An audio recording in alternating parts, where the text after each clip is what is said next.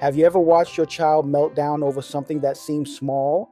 A sound, a tag on their shirt, a crowded room, and wondered where it came from?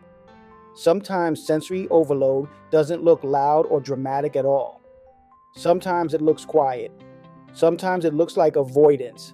Sometimes it looks like behavior we don't immediately connect to the senses. In this video, we'll explore what sensory overload can look like in everyday moments, why it often goes unnoticed, and how parents can better understand their child's responses without jumping to conclusions. This content is for education and reassurance only, not diagnosis or guaranteed outcomes. Ready? Because this is Kind Parent Collective. Less perfect parent, more real one. What sensory overload really means. Sensory overload happens when a child's nervous system receives more input than it can comfortably process. This input can come from sounds, lights, textures, movement, smells, or even social interaction. For some children, especially neurodivergent children, the world can feel louder, brighter, and more intense. When the brain struggles to filter all that information, it can trigger stress responses even if nothing big seems to be happening on the outside. Sensory overload isn't a choice, it's a nervous system response. Why sensory overload is often missed. Many parents expect sensory overload to look like a meltdown, crying, yelling, or obvious distress. But for many kids, overload shows up quietly. A child may withdraw, shut down, avoid eye contact, or become unusually rigid. These behaviors can easily be mistaken for moodiness, defiance, or disinterest, especially when they happen in familiar settings. Because these signs don't always seem extreme, they're often overlooked. The good behavior trap. Some children hold themselves together all day. They follow rules, stay quiet, and meet expectations, and especially at school or in public, but holding it together takes effort. And when that effort runs out, sensory overload can spill out later, often at home. This might look like irritability, emotional outbursts, or resistance over small things. Parents may wonder why their child suddenly falls apart, not realizing the nervous system has been under strain for hours. Subtle physical signs parents often miss. Sensory overload doesn't always start with emotions. Sometimes it starts in the body. A child might rub their ears, squint their eyes, tense their shoulders, or move their body in repetitive ways. They may complain of stomach aches or headaches without a clear cause. These physical signs can be early signals that the nervous system is struggling, long before a meltdown happens. Avoidance isn't always behavioral. Avoidance is one of the most misunderstood signs of sensory overload. A child may refuse certain clothes, avoid busy places, or resist activities that involve noise or touch. It can be tempting to see this as stubbornness or fear, but often avoidance is the child's way of protecting themselves from sensory discomfort they can't fully explain. Avoidance isn't manipulation, it's communication. Emotional responses that seem out of proportion. When sensory overload builds up, emotions can spill out over things that seem minor.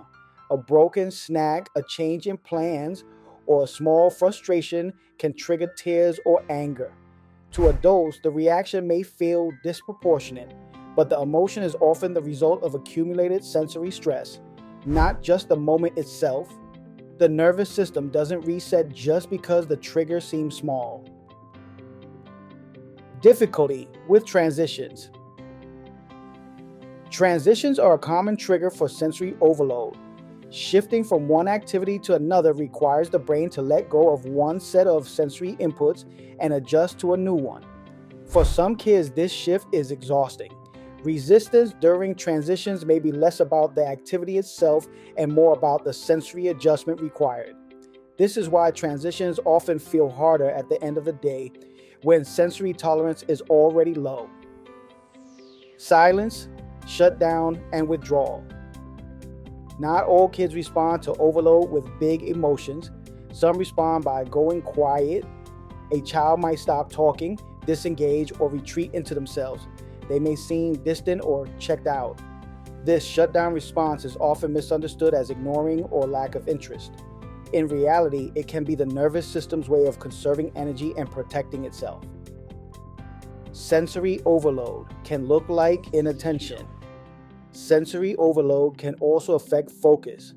A child may seem distracted, restless, or unable to follow directions, not because they don't care, but because their brain is overwhelmed. When sensory input is too intense, it's hard for the brain to prioritize anything else. What looks like inattention may actually be overload. This is especially common in noisy or visually busy environments. Why kids don't always say what's wrong. Many children don't have the language to describe sensory discomfort. Even older kids may struggle to identify what feels off. Instead of saying, "This room is too loud," a child might say, "I don't like this," or "I want to go home." Some may not say anything at all. This doesn't mean the discomfort isn't real. It means the child may not yet know how to name it. What professionals often emphasize. Many occupational therapists and child development professionals emphasize that sensory responses exist on a spectrum. What overwhelms one child may barely register for another. They often encourage parents to observe patterns rather than isolated incidents. Over time, these patterns can offer valuable insight into what a child's nervous system needs. The goal isn't to eliminate all discomfort, it's to support regulation and recovery. Supporting sensory needs without overreacting. Supporting sensory needs doesn't mean avoiding everything that might be challenging. It means noticing early signs and responding with flexibility. Sometimes support looks like offering breaks. Sometimes it's reducing stimulation. Sometimes it's simply acknowledging the child's experience without trying to fix it. Small adjustments can make a big difference. When sensory overload is misinterpreted as behavior. One of the hardest parts for parents is when sensory overload is labeled as bad behavior. This can lead to punishment instead of support.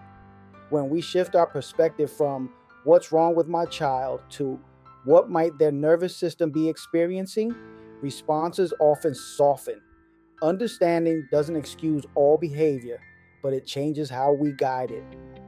Sensory overload doesn't always announce itself loudly.